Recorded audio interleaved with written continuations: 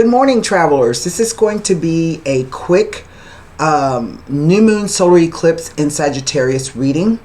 It's going to be rather quick because I'm paying $1 billion for internet, for high-speed internet, and it's slow as all get out. So they're going to be sending a tech over, and I'll be losing, access to the internet. So I have already done the stay tuned this evening at 8 CST, 8 p.m. Central Standard Time. Your elemental readings will be going live here on my channel. Website members, I'm working on the individual monthlies over for the website. Okay, so those are going to be posted hopefully by the middle of next week. All right, I've got a lot of stuff I got to get done this weekend. If you have not signed up for my newsletter, please do. I would really appreciate it. You can find the link there in the channel art on the right hand side, Substack. It's a little orange icon. You simply click on that, it will take you over. And finally, if you are interested in booking a reading with me, or if you want to know more about booking with me, you can click on the little eye that's going to show up here at the end of the video, and that'll take you directly over to the website. Now, I always consult my cards before I do a reading to see who wants to step forward and help, which deck. And today, the Radiant White deck doesn't want to step forward. In fact, I was led to use this deck. It is called the Sherlock Holmes Tarot. A really interesting deck. I bought it a couple of years ago. I've only used it a few times. And so, for whatever reason, this deck wants to step forward. Now, these cards do not, let me show you. For whatever reason, these cards do not wish to, they don't lend themselves well to lots of shuffling. And so what I did was I approached the deck. The deck says, yeah, I want to talk today. And I have meditated on this transit of the new moon solar eclipse in Sagittarius. And that's it. Okay, so I won't be doing any more shuffling of the deck. I did shuffle then. I don't know if I said that right. So when I took them out, I meditated, shuffled them, and that's it. There will be no more shuffling. So without further ado, let me go ahead and turn the camera around so that we can, what do you call it? Do the reading. Okay, here we go. I'm not exactly sure if I will be pulling any oracle cards to wrap this up. We just shall see what the cards have to say. So the way the cards will be read, they will be read, it's an 8-card spread, but it will be read in pairs of 2. Okay, so here we go. The 5 of Wands.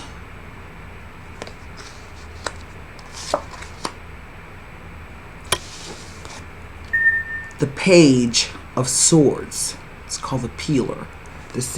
Okay, and they've got different images for the suits, so it took me a while to learn that. The High Priestess.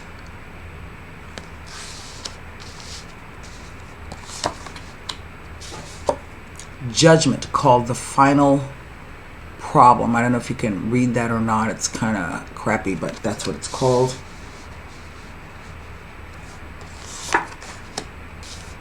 Mr. and Mrs. J.H. Watson, or The Lovers.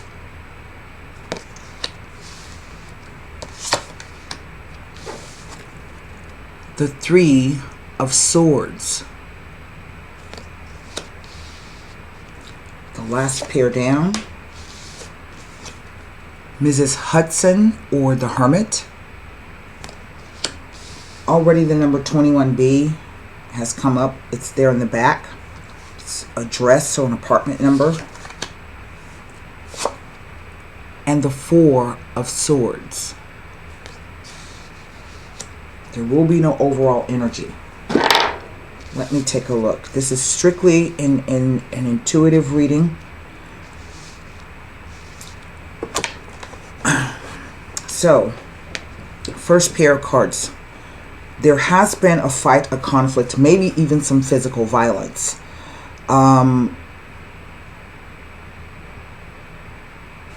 the two messages are, well, let me back up. This can be for both heterosexual or same-sex relationship. For same-sex, it's going to be two males, but it's also heterosexual, a male and a female.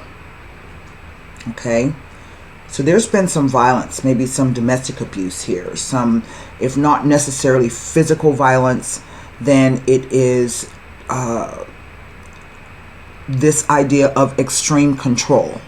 Okay, here in this card, it is, I think law enforcement is aware, or they know, or maybe they were called, but they did not intervene. They were like ready to do something, but they didn't.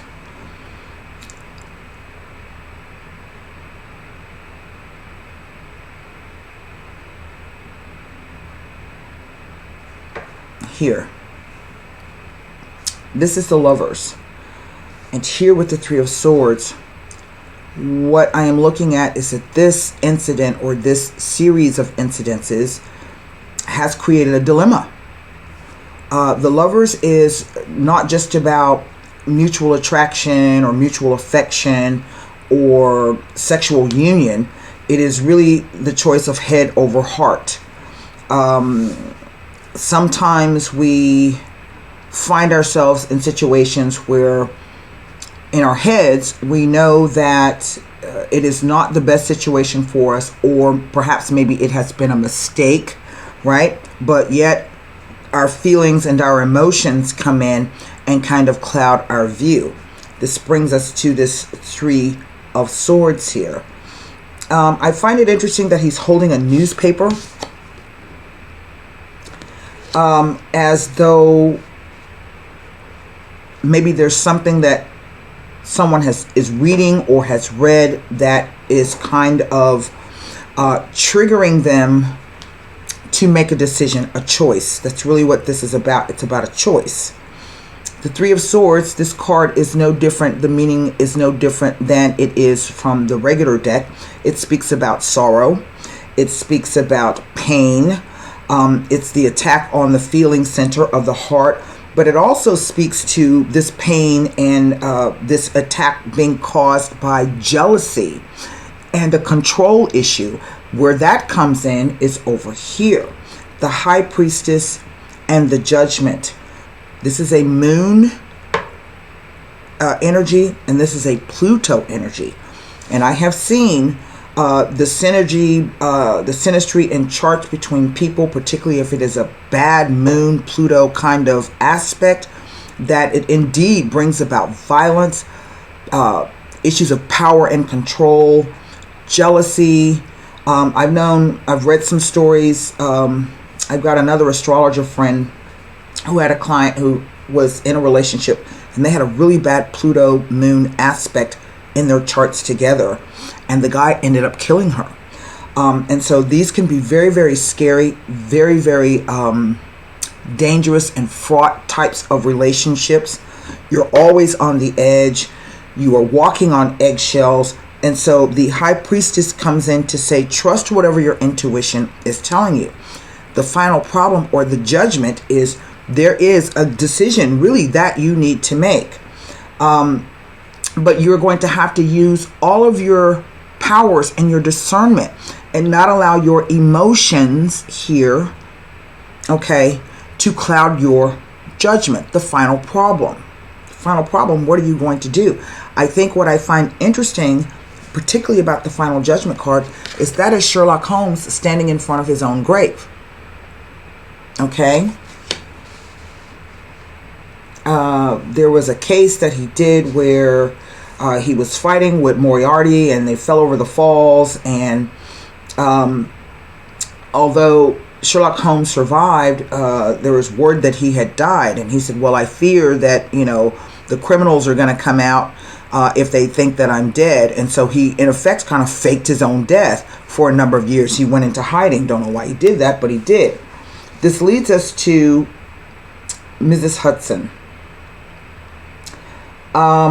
This is the Hermit. And the card is literally about meditation. It is about, you see how she's blocking the door to her apartment or to where her property that she owns. That 21B, I don't know if that means anything to anybody. This could be, like I said, an apartment number, a condo number. There's all the fog around her. Well, the Hermit card speaks about, it represents the planet Mercury. We do have Mercury in Sagittarius at some point during the month, I think. And Mercury in Sagittarius can be that idea of being extremely blunt and direct and hurting people's feelings. But also, that's the shadow side. But it can also be this idea of communicating on a more broad level, okay, on a larger scale. And so if this is the case for someone out there who is in this type of situation, this is not just about letting other people know, really speaking up and letting other people know, but it is also about the larger way in which you communicate with yourself, okay? Because we come to this Four of Swords. Now, Sherlock Holmes was a drug addict. He did, I think it was heroin, or it might have been cocaine. He was a junkie, a brilliant junkie, but a junkie nonetheless.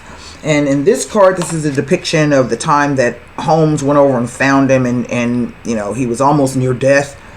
And so Holmes comes in to, say to him, you got to take care of yourself. So this is the idea, and from looking at the imagery on the card, that you are at a very, very low point, and that you really don't have the mental energy or the physical energy, nor with these three major arcana cards here in this column, the spiritual energy to fight anymore. And so this is really about removing yourself from that situation in the best way that you can. Now, I know that I used to volunteer when I was a teenager at a shelter for battered women. And I know that for women, it is usually when you try to leave, you're about to make your move, that the violence will escalate. Sometimes the men will even kill the woman. Since I've never had a same-sex relationship and I'm not a male, I cannot speak to what those dynamics are in that type of relationship. But just because I can't speak to it and I don't know it, doesn't mean that I can't give you the message that you really should reconsider this particular situation that you are in. And I feel that there is a sense of urgency to this. As we are approaching this new moon solar eclipse, which is tomorrow, and the energy of the full moon carries out to 3 days. But because it is an eclipse, eclipses hide things. And you don't know what the effect can be from 6 months out to maybe even a year. And so that goes back to these two cards. There is a definite choice that needs to be made here. And you're going to have to determine whether or not you're going to stay because you love the person, or whether or not you are going to leave for your own survival. Okay? And not just physical survival. There are no coins here. All right? There's lots of swords, cards, and wands. So this is the idea of what is being communicated, or what you are thinking versus what your desires are. The choice. Head or heart. It's quite clear. I don't think that there is a card, an overall card that I can pull for this situation. Safe to say that if you are in this situation, please consider, because I get the sense that the person has apologized or is trying to apologize, and I'm never going to do it again, or I was drinking, or I was drunk, or I was out of my head on drugs. That's an excuse. And it is not a rationalization nor a justification, nor should you accept that as a rationalization or justification. I think the Hermit representing Virgo is all about health, how you take care of yourself. So this is the mind, body, spirit connection.